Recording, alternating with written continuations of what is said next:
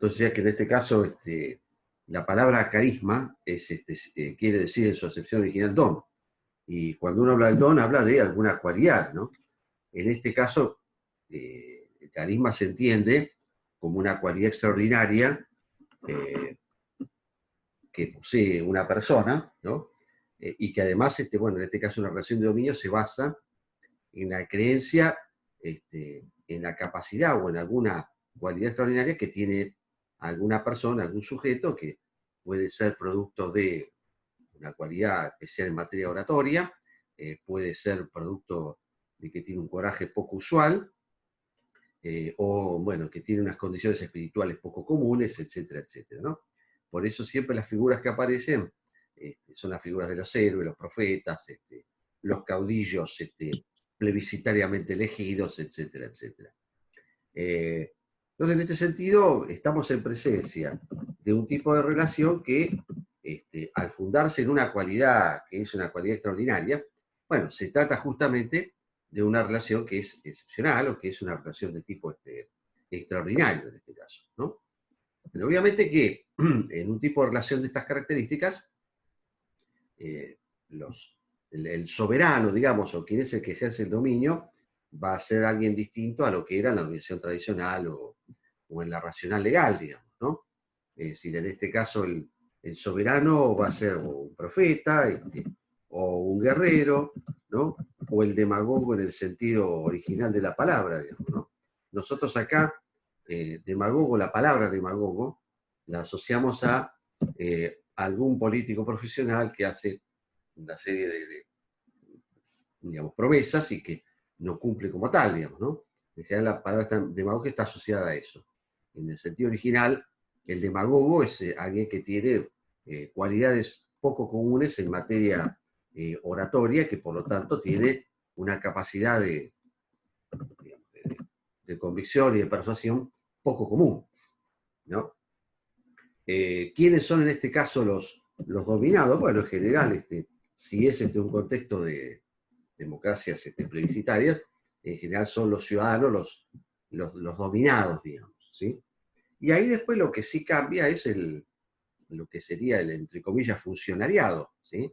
Si el funcionario no va a ser un esclavo como en una relación de dominio tradicional, no va a ser el clásico funcionario con un conocimiento técnico especializado, sino que el funcionariado va a estar compuesto por gente de confianza, digamos, ¿no? Que van a conformar algo que se suele llamar un, un séquito, ¿sí?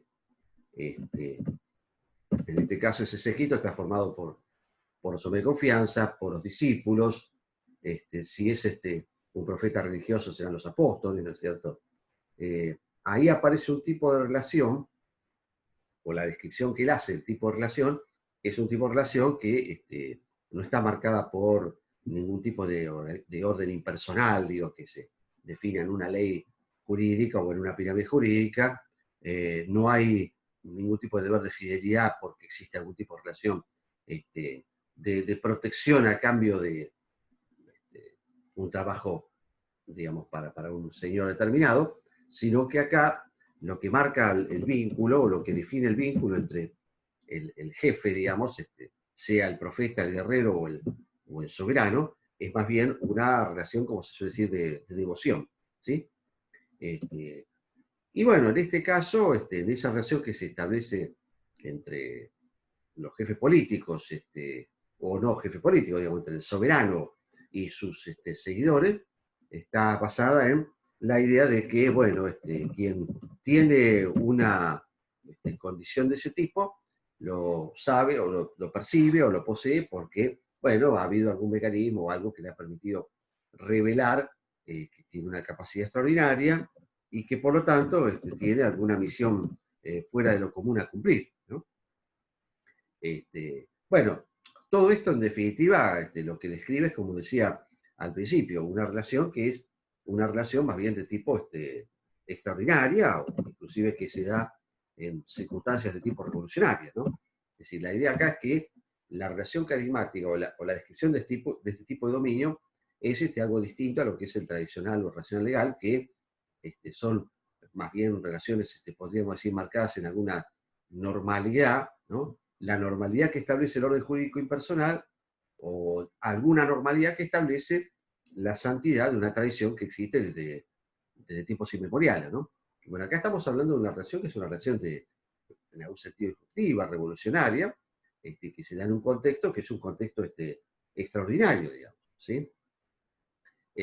Pero también acá lo que está, entiendo bien descrito, es la cuestión de cómo se da la adaptación a lo cotidiano, porque, bueno, también se da un fenómeno que es el de, bueno, acá Weber le llama la rutinización del carisma, que es, bueno, cómo una relación generada en circunstancias excepcionales y con características excepcionales, digamos que no se llama sufre, pero se da o sufre, sí, podemos ver la palabra sufre un proceso de transformación y eso lleva a que, bueno, esa relación que nace en circunstancias extraordinarias lleve a una suerte de rutinización de una relación de dominio. Bueno, esto pasa muchas veces en circunstancias extraordinarias donde, por ejemplo, con una revolución política, quien es el jefe de esa revolución política y que originariamente llega al poder porque, bueno, hay una cantidad de voluntades que creen que esa persona tiene las condiciones para llevar adelante ese cambio, esa persona se transforma luego en el jefe político de un régimen que establece sus propias reglas, de un régimen que tiene una estructura de apoyo que le sirve de soporte y que se mantiene a lo largo del tiempo con una serie de procedimientos, ¿no? Estaba pensando en el caso de un fenómeno como el de la Revolución Cubana. Es decir, en este caso Fidel Castro fue el producto o el emergente o el líder natural de una revolución política, que después esa revolución política se mantuvo a lo largo del tiempo y que devino en que, bueno, Fidel Castro, de ser el jefe rebelde de un proyecto revolucionario, se transformara en un jefe de Estado más, ¿no? Es cierto, después, bueno, el régimen, entre otras cosas, se mantiene porque tiene ciertas bases de apoyo, por una estructura de partido, o una fuerza armada vinculada al partido y demás, y también lo hace a partir del momento en que existe algún tipo como de mitología, digamos, o de relato, que mantiene vivo el ideal de una revolución, aunque sea lejana en el tiempo, digamos, ¿no? Si hoy todavía se sigue hablando de la revolución cubana, de un régimen que lleva 70 años en el poder, o 60 años en el poder. Entonces, en ese sentido, lo que se da con el transcurso del tiempo es que, bueno, una relación o un tipo de relación de dominio que nace en circunstancias extraordinarias se transforma en algo cotidiano en la medida que lleva adelante un proceso de utilización, o algún autor va a decir de institucionalización, ¿cierto? Y esto es lo que ha pasado con la Revolución Cubana, o lo que pasa con cualquier otro tipo de régimen político que a lo largo del tiempo después se establece, define sus propias reglas, define su propia base de apoyo, pero sin descuidar algún tipo de estructura mítica que mantenga vivo el relato de lo que fueron los orígenes de ese proceso revolucionario como tal, ¿no? Y ahí, bueno, Weber plantea una cantidad de posibles alternativas respecto a podríamos decir, mecanismos por medio de los cuales opera ese proceso de rutinización o de adaptación a lo cotidiano, ¿no? Bueno, uno puede ser por el círculo de confianza, ¿no es cierto? Entonces ahí, bueno, el círculo de confianza, digamos, lleva adelante un proceso en el cual además lo que está muy presente sobre todo es el problema de la sucesión, estando la posibilidad que está siempre presente de la desaparición de quien es el portador original del carisma, digamos, ¿no? Lo otro puede ser por, como le llama Weber ahí, los prosélitos, digamos, ¿no?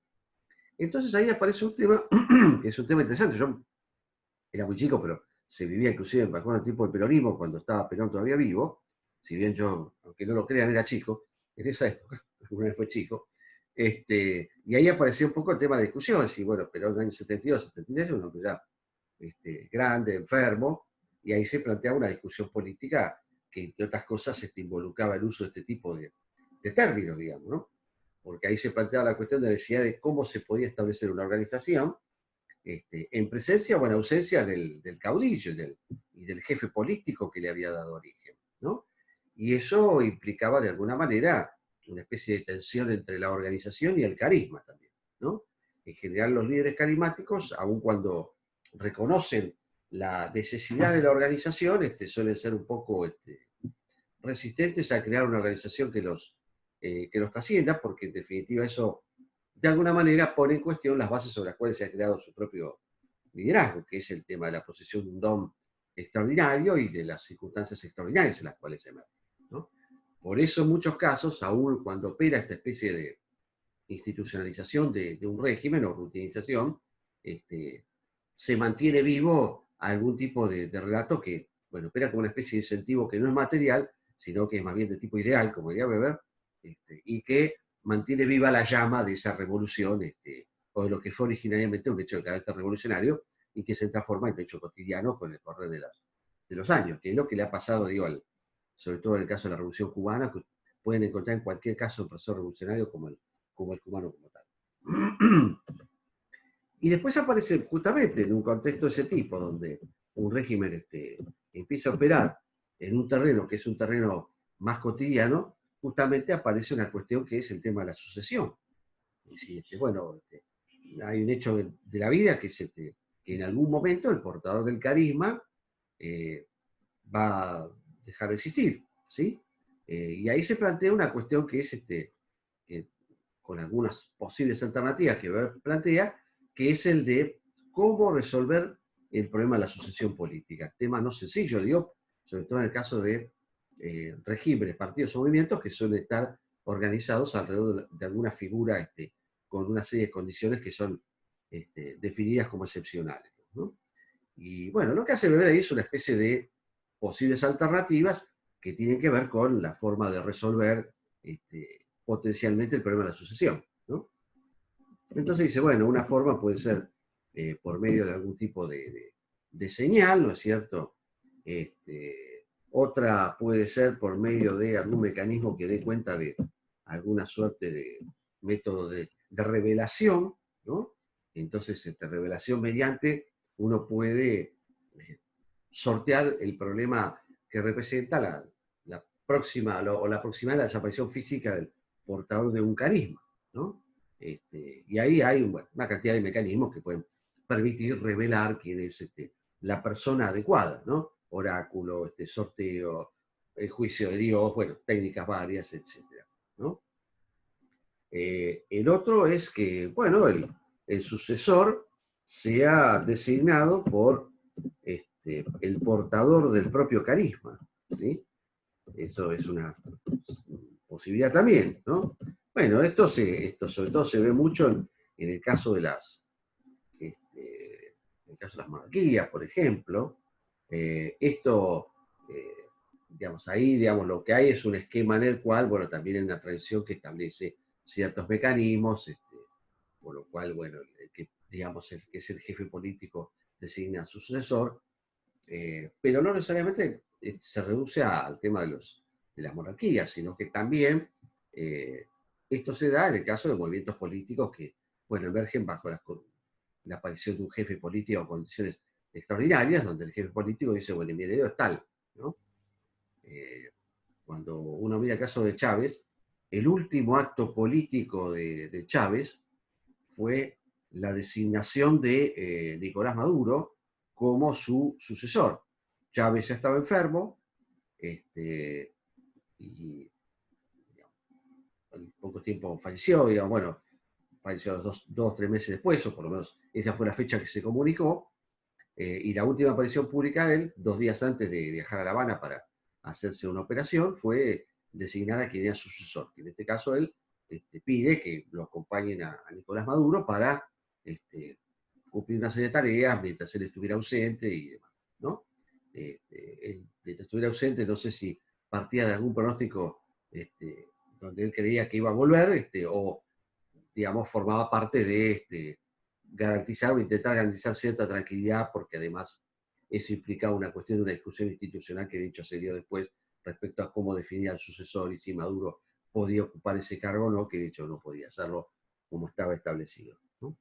Pero bueno, esa es una posibilidad, digamos, ¿no? Que es el que es el portador del carisma establezca quién es el sucesor, defina, digamos, de alguna manera eso con una especie de dedazo, como se suele decir en México, con una designación personal, ¿no es cierto?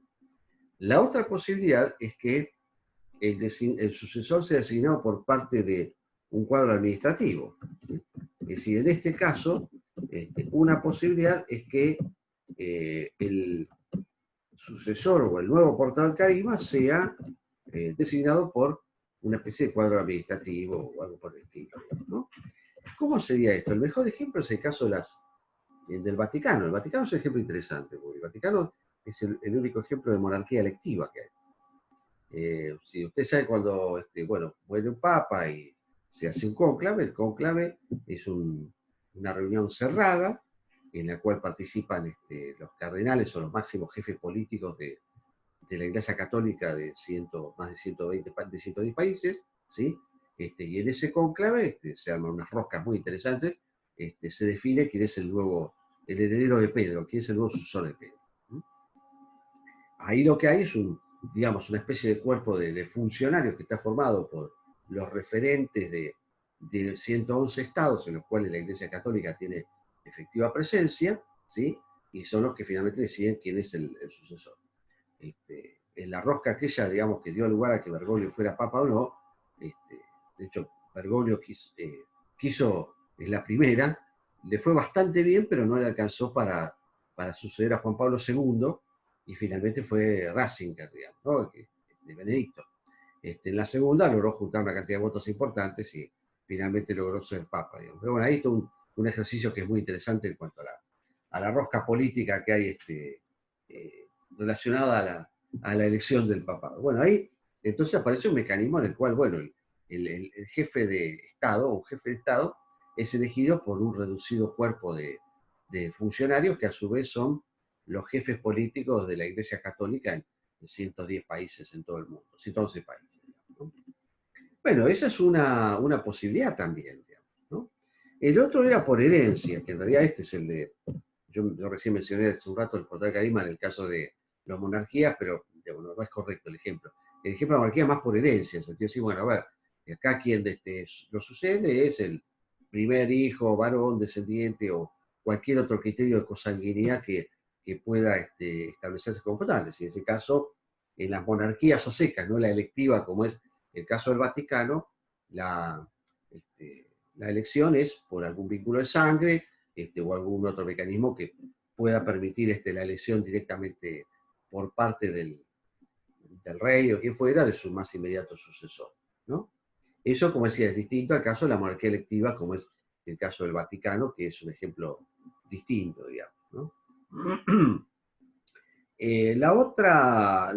Digamos, el otro ejemplo, que ahí está mencionado, que no es demasiado claro a qué se refiere acá, es por lo que él llama acá el carisma del cargo, la objetivación del carisma, no, aparece como una opción dentro de esa definición ideal que él plantea, pero no queda del todo claro a qué se refiere acá con esto. Y después la otra es por elección, ¿sí? Que es, digamos, lo que tiene que ver con el procedimiento, podríamos llamar plebiscitario, y lo que él llama la transformación anti-autoritaria del carisma, ¿no es cierto? Cuando él se refiere a elección, se refiere, bueno, al procedimiento electoral propio de las democracias de masas que permite la elección de funcionarios electos, ¿sí? Son funcionarios políticos, que bueno, esos funcionarios pueden o no después ser ratificados en ese cargo, ¿no? Obviamente que siempre estamos hablando acá de un mecanismo por el cual lo que se procura es suceder a un jefe, sea religioso, político, lo que fuere, que emergen situaciones de tipo excepcional, ¿no es cierto? Muchos años después, un autor italiano, Angelo Panebianco, va a hablar de carisma de situación, ¿no? Es decir, la idea de que, bueno, alguien tiene determinadas condiciones que se entiende que son excepcionales en función de un contexto particular, ¿no? Y que desaparecida de alguna manera esas condiciones de origen, en definitiva, bueno, cesa de alguna manera ese vínculo o cesa esa, podríamos decir, devoción temporal que hay por esa persona que emerge en circunstancias extraordinarias. ¿No? Bueno, acá ya empezamos a tener problemas con la conexión de Telecentro. Bueno, seguiré grabando. Bueno, esto entonces con respecto al tema en cuanto al tema de lo que es el liderazgo carismático, la relación de dominio de tipo carismático, digamos, ¿no? Con respecto a preguntar al tema de señales, mira, había un libro que se utilizaba, o que yo leí hace muchos años, se leía hace muchos años, que era el del Dalai Lama, el tercer ojo se llama el libro. Entonces el libro es el tercer ojo, lo que describía era la idea de que, bueno, el tercer ojo era como una cosa metafórica, una representación metafórica, en la cual lo que se establecía que, bueno, había un grupo de monjes tibetanos que tenían de alguna manera una capacidad fuera de lo común para poder establecer que alguien a muy temprana edad tenía ya las condiciones para ser el futuro jefe religioso del Tíbet, ¿no? Entonces, bueno, el libro va contando toda la historia, digamos, de hecho es un Dalai Lama que cuenta en primera persona cómo fue su proceso de preparación, donde hay cuenta que, bueno, a los 5 años, 6 años, alguien lo descubrió con esa cualidad excepcional, descubrió que él tenía las condiciones para ser a futuro el jefe religioso, entonces a esa persona, ya muy temprana edad, a lo largo de la vida, se lo iba preparando hasta que finalmente tuviera que asumir el cargo como tal, ¿no? Entonces ahí la cuestión de las señales tiene más que ver con esta idea de, bueno, que hay alguien que, o alguna persona, o un grupo de personas que tienen alguna condición que les permite detectar quién es o quién a muy temprana edad estaría en condiciones de asumir responsabilidades y se lo va preparando a lo largo de todo un camino que él va recorriendo, ¿no es cierto?, para finalmente en algún momento asumir esa condición, ¿no? Ese podría ser un ejemplo, digamos, para marcar esta cuestión. Pero en definitiva, digo, lo central que yo quería destacar es que lo que describe acá Weber es finalmente un tipo de relación que es una relación que es extraordinaria, que nace de situaciones extraordinarias y que, bueno, habiendo nacido en un contexto de una situación extraordinaria, en algún momento se enfrenta con un problema o con dos problemas. El problema de la adaptación a lo cotidiano y el problema de la sucesión del portador del carisma. Entonces, digo, ahí aparece un tema que es muy interesante y que cuando usted mira cualquier hecho político donde aparece una figura de gran dimensión, bueno, los grandes temas que aparecen justamente que está relacionado con, bueno, a ver, cuando se muera tal, ¿qué va a pasar, digamos, no? Si, bueno, cuando se muera el patriarca, el fundador de una institución, bueno, a ver qué va a pasar con esto. Y qué señales da el patriarca en relación al futuro, ¿no? Yo me tocó eso vivirlo en una institución universitaria, que no voy a dar el nombre, que de hecho el fundador de esa institución está vivo todavía, ya es un hombre bastante grande, debe tener cerca de 85 años, bueno, oficialmente sigue estando y uno lo ve públicamente muy bien, pero ya hace unos cuantos años, hace muchos años que se habla del tema de la asociación y tampoco está muy claro, ¿no es cierto? Es decir, nadie sabe muy bien cómo se va digamos, a resolver ese problema, ¿no? Eh, y además porque es un contexto en el cual, bueno, es una organización que ha nacido de una figura muy carismática, muy autoritaria también, y que de alguna manera le costó, nunca se terminó de establecer o de institucionalizar a la universidad o a esa universidad y de convertirla en una organización que se adapte a lo cotidiano. Y de hecho el día a día de esa organización suele ser un día a día que todavía hoy, con 85 años, pasa por esta persona, digamos, ¿no? Bueno, ahí en ese caso aparece una situación interesante. Primero, la cuestión de la rutinización, cosa que es un proceso que ha sido muy dificultoso. Y segundo, sigue estando presente la discusión, como en cualquier caso donde en un momento de la vida el portador de ese carisma o de esa condición excepcional ha sido, va a desaparecer, a ver cómo se resuelve ese problema y quién está en condiciones de resolver ese problema. Bueno, esto ustedes lo podrían pensar y adaptar para múltiples y variadas organizaciones, ¿no? Así que bueno, en definitiva esto era un poco una posibilidad para mí de cerrar el tema Weber, sobre todo partiendo de la idea que, como yo les dije al principio, lo que él elabora es una tipología, cualquier tipología tiene una serie de criterios para intentar establecer cierto orden, y en lo que hace es construir definiciones de tipo ideal, ¿no? Es decir, no es que hay una relación de dominio que sea puramente carismática o puramente tradicional, o que se base exclusivamente en un orden legal impersonal, sino que más bien lo que uno encuentra en cualquier tipo de orden político, en su dinámica y en su funcionamiento, es que, bueno, hay combinaciones, ¿no es cierto? Bueno, ustedes van a encontrar fenómenos donde, y sobre todo usted lo puede ver uno a nivel subnacional argentina, donde hay caudillos políticos que gobiernan provincias durante décadas y, bueno, ahí hay una especie de mixtura entre alguna tradición ancestral, porque, bueno, en las provincias todavía hay una especie de rémora social que tiene que ver con una estratificación más bien de tipo estamental y que mantienen tradiciones que inducen una sociedad con muy poca movilidad social, y en la cual, bueno, hay una familia y un jefe y una especie de patriarca familiar que es un caudillo que gobierna la provincia durante décadas, ¿no? O son hermanos, o son un matrimonio, o lo que fuere, ¿no? Digo, miren la historia política de la Argentina de los últimos 50 años, los nombres que podrían servirles como ejemplos para graficar un tipo de relación de este tipo, abundan, ¿no? Es esta especie de mixtura entre algún componente tradicional y algún componente extraordinario, ¿no es cierto?, del patriarca, el patriarca que es como una especie de gran jefe de la familia, ¿no es cierto? Y de alguna manera se piensa la familia, la provincia como una familia, lo cual es bastante confuso también eso, o da lugar a confusiones sobre todo el manejo del patrimonio público, digamos, ¿no? Y se termina manejando el patrimonio público como si fuera un bien privado.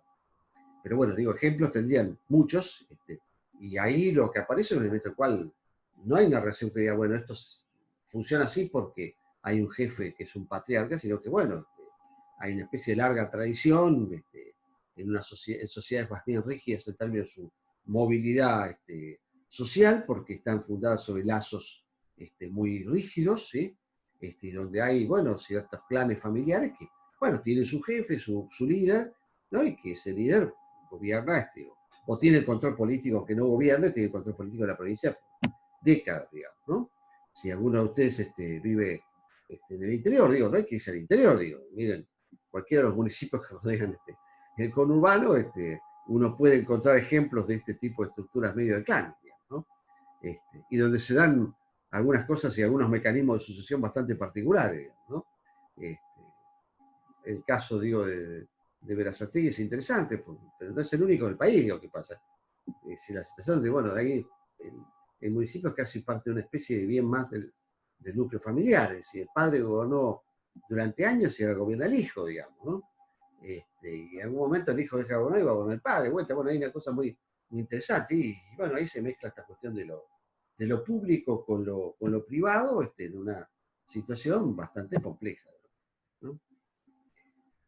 Entonces, esta es un poco la idea de transmitir, ¿no? Finalmente, es decir, bueno, estamos frente a tipos puros, los tipos más bien lo que sea en el dominio, en la relación de dominio político, que hay como combinaciones, ¿no? Y que todas ellas están definidas sobre un punto central, que es el hecho de que, bueno, cualquier dominación se basa o se garantiza en la medida que se fomenta la creencia en la legitimidad, ¿no? Sea la legitimidad en la tradición ancestral existente de tiempos inmemoriales, sea la legitimidad de algún orden legal impersonal, objetivo y con alcance general, o sea en el hecho de la legitimidad de un portador, de un jefe político, o de un jefe a secas, político, que se cree que tiene una cantidad de condiciones y algún don extraordinario que, digamos, reconocen como tal que son sus seguidores y que garantiza que haya una relación de obediencia, que sea una relación de obediencia voluntaria, ¿no es cierto? Ahí aparece un tema, que yo voy a marcar algunas cosas ahora y después en la segunda parte voy a ampliar, que es el tema del debate sobre la legitimidad, ¿no? Y ese es un tema que, como ustedes han visto en el caso de Weber, es una cuestión que no está demasiado clara, más allá de esa referencia a la idea de la creencia en la legitimidad como elemento que define a la dominación o una relación de dominio. Porque eso sirve en definitiva para marcar algún tipo de frontera entre lo que es una relación de poder y una relación de dominio. Pero no hay mucho más cuando uno empieza a explorar o a escarbar en esto, en lo que es el análisis que hace Weber, ¿no? Porque después finalmente se mete a ver la relación de dominación legítima y qué tipo o en qué se basa la legitimidad de un dominio, y entonces por eso construye esa tipología, ¿no? Y ahí es donde aparece este texto de de Juan Lins, ¿no? Que es, originariamente tiene que ver con un libro que es el libro El quiebre de las democracias.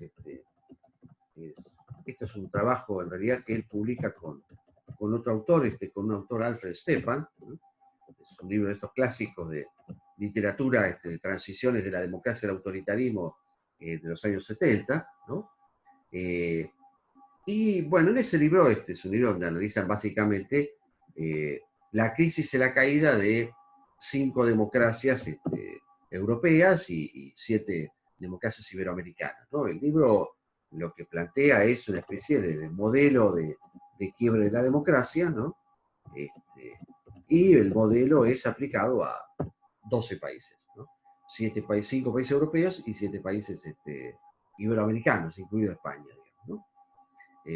Bueno, es un libro que está escrito en un contexto muy particular, que tiene que ver con el contexto del quiebre de las democracias, más bien generalizado durante las décadas del 60 y del 70, y que, bueno, eso lo transforma en uno de esos libros de referencia para abordar esa etapa, digamos, ¿no?